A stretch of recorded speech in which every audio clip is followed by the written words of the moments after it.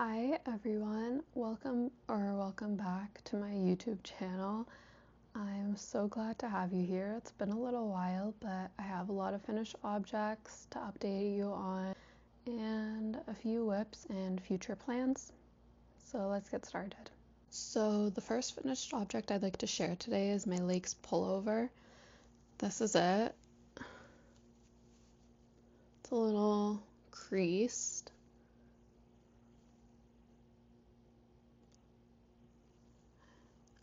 But yeah, this is my Lakes pullover. I knit this up pretty quickly on 5mm needles. Sorry, I'm just looking at my iPad down here.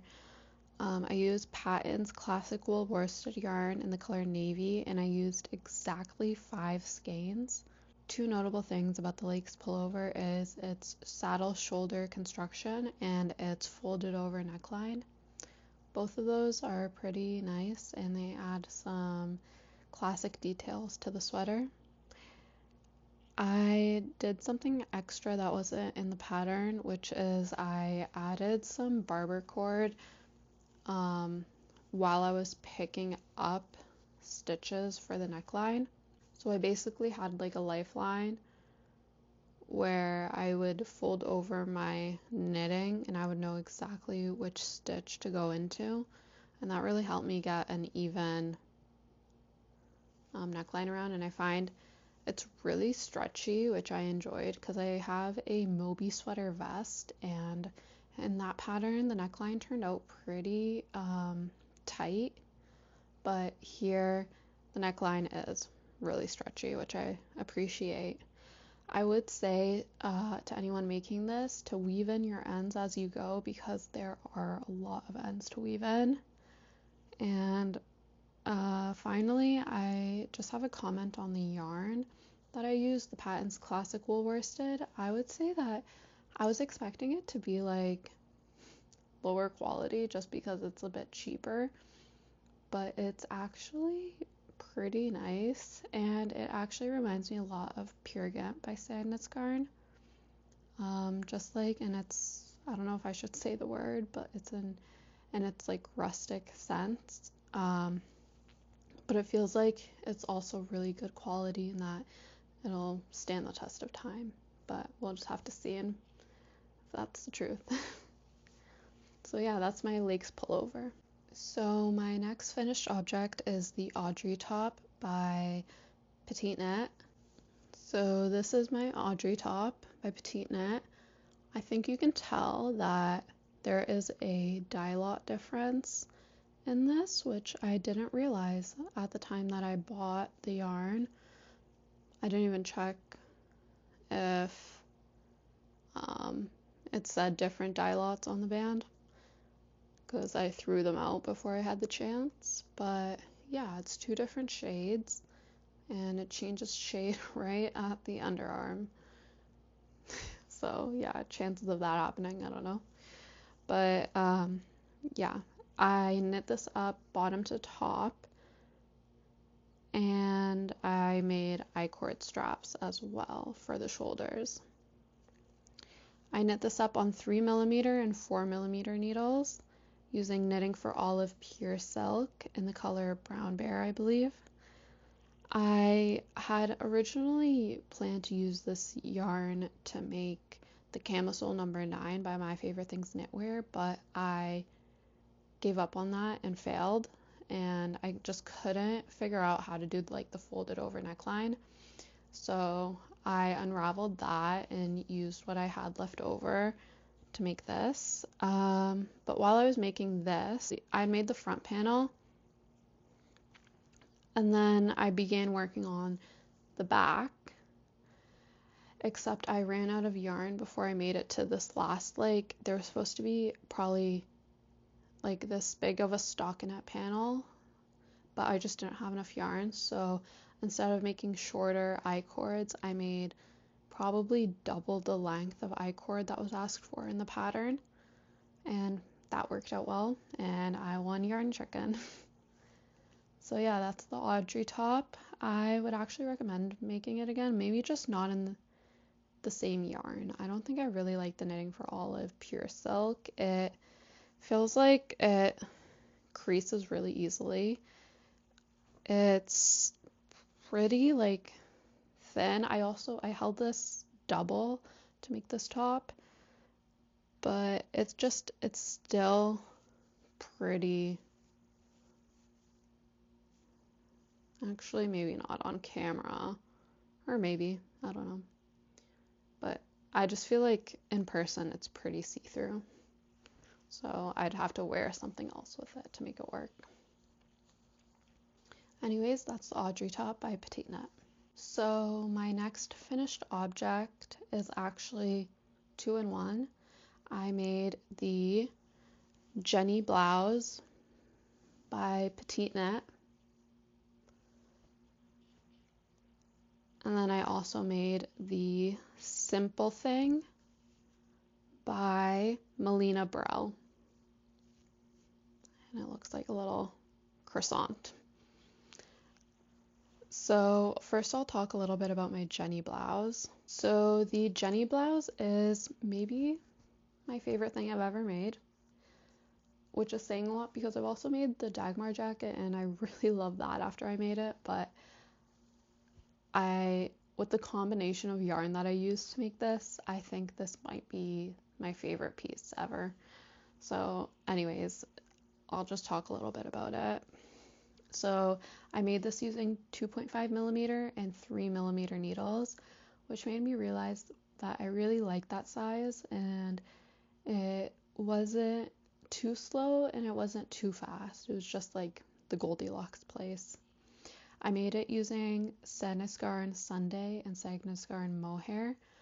And together that was a really lightweight combination. I had swatched for the sweater using Peer Gynt because I had originally wanted to use that to primarily save money, because the combination of Sunday and mohair was, I don't really want to admit it, but I think it was like at least $200. But if I had used Peer Gynt, it would have been if I had used Peer Gynt, it would have been, I think, a little over 100. So using mohair pretty much doubled the price. But yeah, I ended up not using Pure Gynt because they didn't have the shade that I wanted. But I'm actually grateful that I didn't use Pure Gynt because I looked back at my gauge swatch and it was actually really like dense, I found.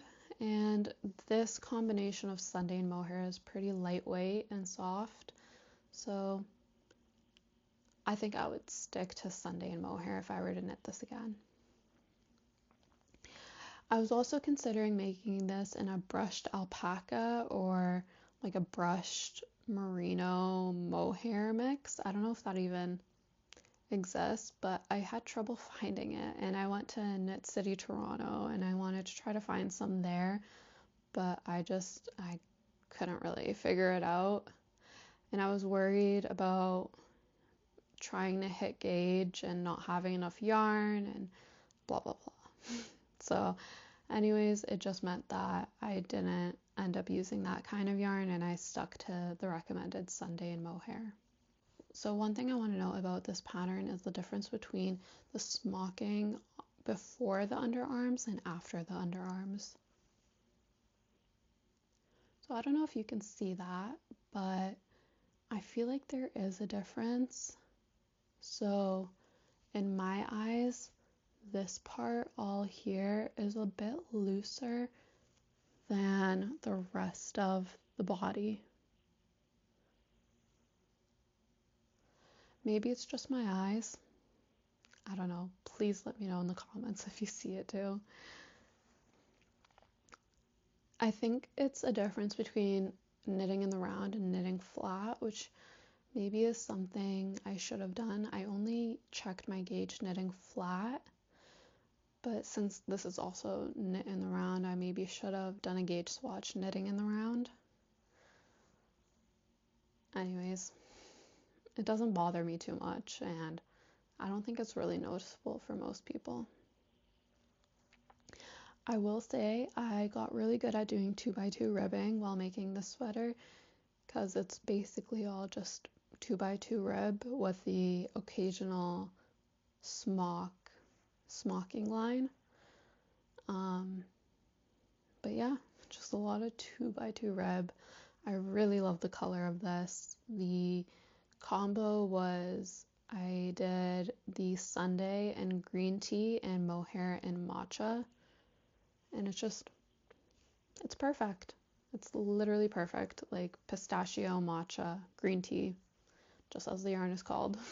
So I also decided not to do decreases on the sleeve, which I like for its design. I haven't had any sweaters have like this wide of a sleeve.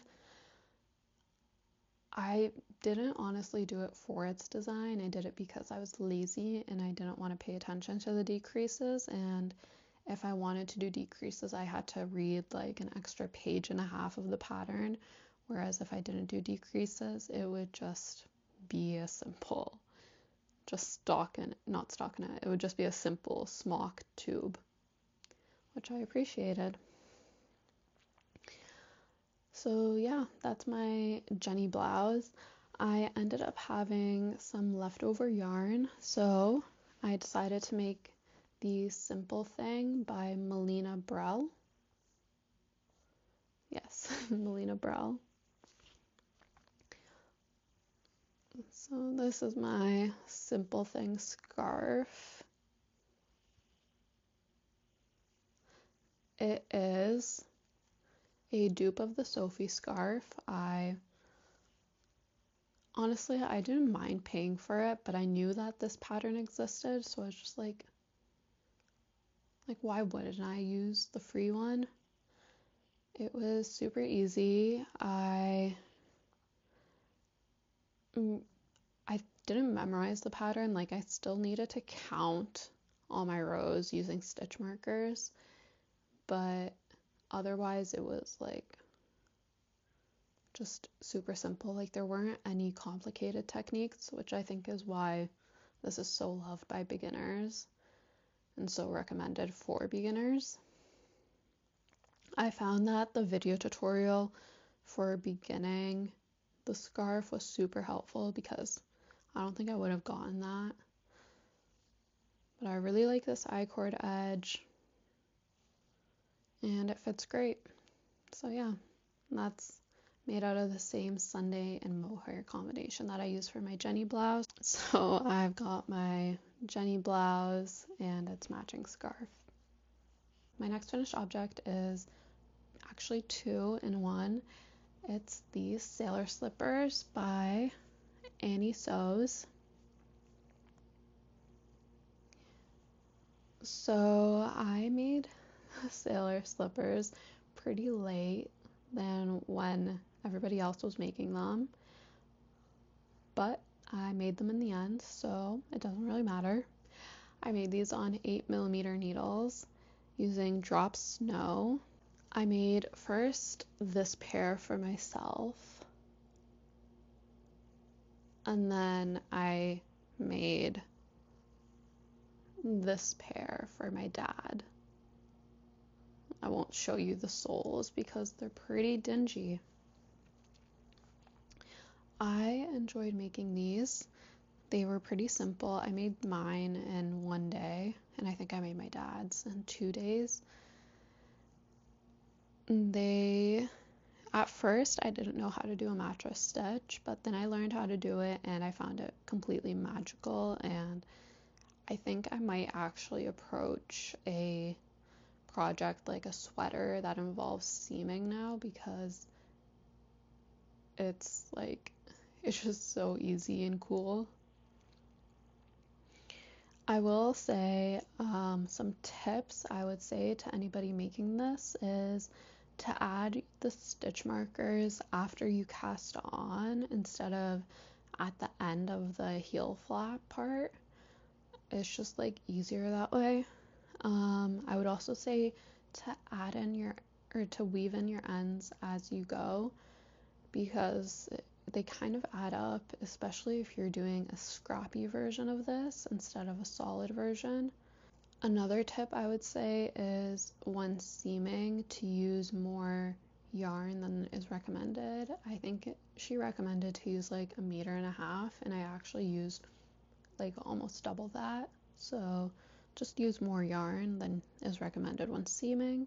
And finally, I would say to do the I-cord before you do the seaming, just to make sure that you have enough yarn, because I made the mistake on these, did one complete slipper first, then I didn't have enough yarn to do the same I-cord color, which was a little bit frustrating because nobody sees the yarn you're using for the seaming, but like obviously everybody's going to see the I-cord edge, so I would just recommend doing the I-cord edge first for that reason. As far as felting goes, I threw these in the washer for one normal cycle, and then I used the time dry setting on my dryer until they felted like completely and they were dry and shrank. I would also recommend to put a towel in while washing and drying. It just, I think, helps with like the agitation and makes it go by faster, because for example, like for mine, I didn't do that, and I had to do like 2 wash cycles and then a lot of time in the dryer, whereas for my dad's I used a towel and I only needed 1 wash cycle and the time dry setting. So yeah, I would recommend using a towel. So my next finished objects are all gifted, so I don't have them anymore, but I'll show pictures here when I can. The first one I want to talk about is Hazel the Squirrel by Cynthia Valet. To make Hazel, I used 2mm needles, and I used Filcolana Arwetta plus some fingering scraps that I had. I love this pattern. She's so cute. I really have no notes to say. I will just say that I messed up the dress my first try, but on my second try I got it and it was pretty simple. These animals are so fun to make. I also made Horatio the donkey, also using Filcolana Arwetta. So much fun. No notes. Would make again. The next thing I made and gifted was the Mew top by Una Gell.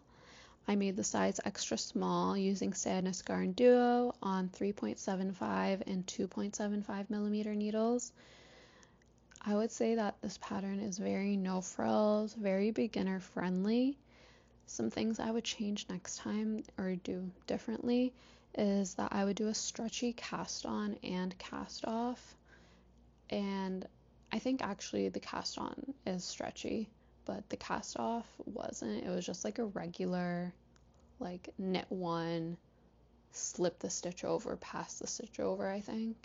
Like just a very simple chain knit bind off. I think that's what it's called.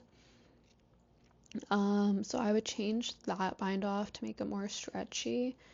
And then I would also do a mattress stitch or a Kitchener stitch to connect the shoulder seams, because it wasn't really specified which technique to use. It just kind of said to seam them. So yeah, I would do that differently next time. I enjoyed using Sadness Garn Duo. It was my first time using that yarn. I think it's a cotton merino blend. I used the color navy, which was a nice shade. I like it more than the Knitting for Olive cotton merino, I think. It's just like thicker and plushier.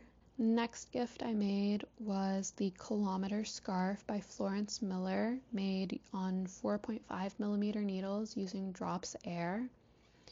This was definitely a labor of love. I got used to doing stockinette in the round, and it took me a good maybe 3 months to complete, which is a while for a project. I usually like to just, like, I'm a monogamous knitter, so I like to spend shorter amounts of time on projects, I think. It was a great gift, I think, and I think I would make it again as a gift. Like, this might be my go-to gift. It's also a great travel project, So my next project that I gifted was the penny gloves, and I made that using Filcolana Alva and Sadness Garn mohair, and I made them shorter than what the pattern recommends because I had leftover mohair from my Moby sweater that I wanted to use up, but I just had like maybe 2/3 of a ball, so I needed to make sure that I had enough for both gloves, and thankfully I did. I just measured the glove as I was working using my scale, and then I would know like how much yarn I used up, so I knew to stop before the halfway mark, and then I knew I would have enough for the second glove. So yeah, those are all my finished objects. It sounds like a lot, but it's also been a while, so yeah. Next up, I have 2 whips. So my first whip I'm keeping in this quilted bag that I made. Super cute. It is the Groovy Tank by Emma Yeager. And I'm using Knitting for Olive Cotton Merino in the color cream. I started this a while back and I just haven't made any progress. I think I still need a couple inches on the body. This is knitted bottom up. It was supposed to be a gift, but I'm not exactly proud of it because the cast on edge is a little bit, it just like stretches out a lot in my opinion, which is cool at the same time. Like that's a nice feature, but I also think it's a little bit see-through. The cotton merino is super soft and it doesn't feel like dense, like cottony, and it doesn't feel like squeaky at all, but I'm just not that into it. It's also being knit on 2.25 millimeter needles, so I don't love that, and I don't exactly love knitting on metal needles either. I find they're really slippery, and when I use my neck light, I can't see my needles because the light reflects on the metal, and it's annoying.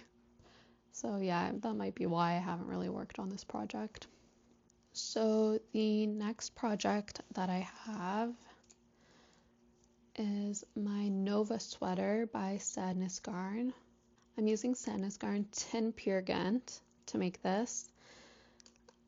I bought so many balls, I think 25.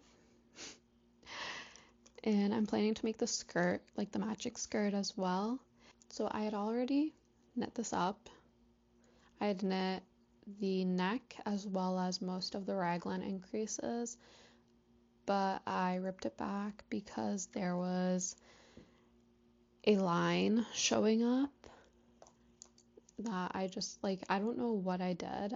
I might have done a row where like I might have not, I don't know what I did, but I messed it up. So I unraveled that into this ball right here, and it's all very noodly, but this is like three balls of yarn.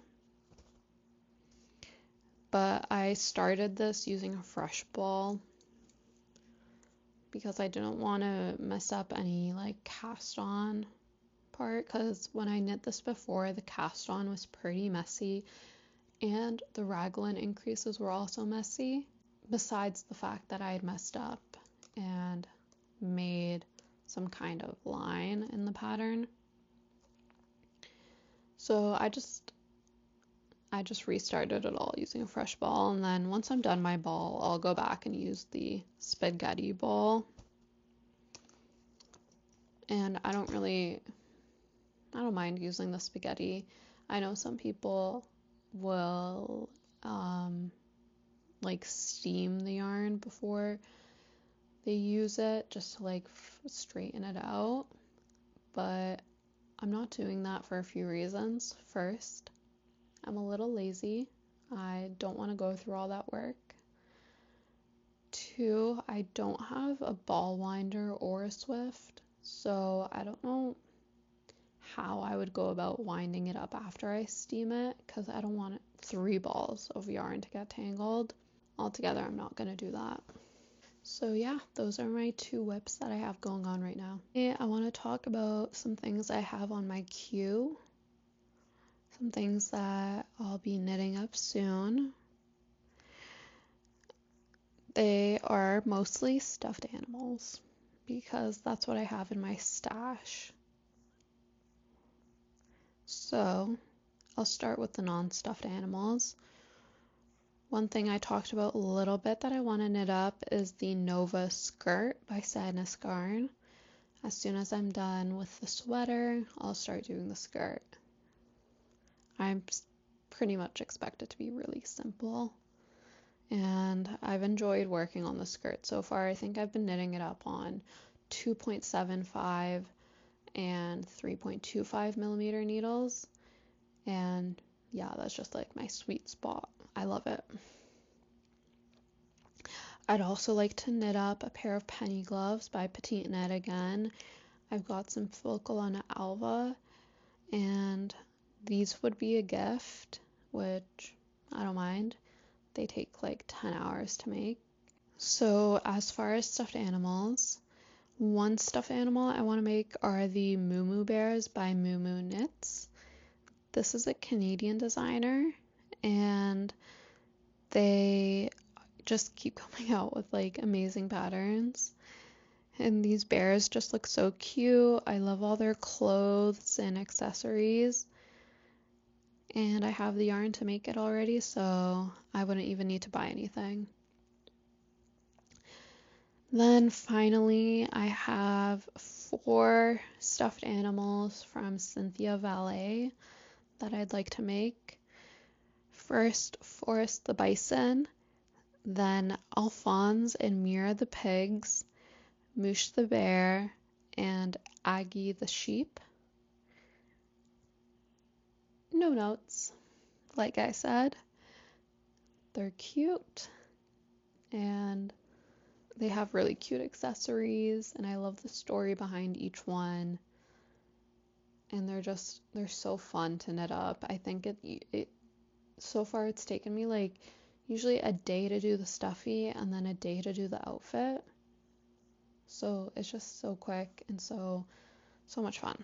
Finally, I want to talk about a Make 9 that I made, which isn't original or new and is not on time, but is something that I wanted to make to kind of organize my favorites, because I realized that I have over 700 favorites on Ravelry, and that just feels like too much. Even though they're all organized into bundles, it feels a little bit overwhelming. So I decided to make this Make 9 to kind of get my ideas out. First thing on my Make 9 is something red. I don't have anything in my closet like that, so that'll be fun. Next, I want to make something with a wrap feature. And then kind of related, I want to make something with an I-cord bow. Next, I want to make something for a baby, either like a baby sweater or the baby sailor slippers, which are super cute. Next, I want to make a 100% cotton sweater, and I think I want it to be in navy. Why? I don't know. Moving on, I want to make a hoodie, especially a zippered hoodie. I really like this project I found. Actually, I like these 2 projects that I found. one where the accent color for the like I-cord, what do you call that? What do you call this? The I-cord string is a contrasting color, and I thought that was really cool. Moving on, I want to make something from egg yolk knit, which is kind of controversial, I think,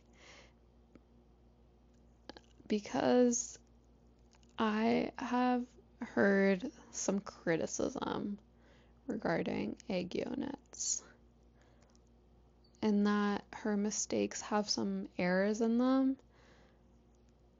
I've also heard that her patterns aren't size inclusive, so that's an issue. But they're just so dang cute, particularly 6 of them. So the sarong sweater, the Yura sweater, the Yura slipover, the Haraboji cardigan, the Jiju sweater, and the Uma sweater. I would make any of those. Next is a polo sweater, specifically Petra Polo by Petite Knit. I think Ozetta also has recently released a polo pattern. That would be nice to make. And then some honorable mentions are just some sweaters or tops that I saw going around that I thought were cute, but don't really have any category or like intention behind them to make. Like the Colette off shoulder I thought was cute, but I made the Mew top pretty recently, so I don't know if I want another off shoulder top right now. I love the Medokvit knit by Teti Lutzak. I love how there's a combination of like cabling and color work. It just seems cool, and I've never done color work before, so that would be a nice challenge. And then I love the crooked vest and the H&H sweater for their like uniqueness. Like you just don't see something like that often. So yeah, those are some honorable mentions for my make 9. Altogether, that's everything I wanted to share today.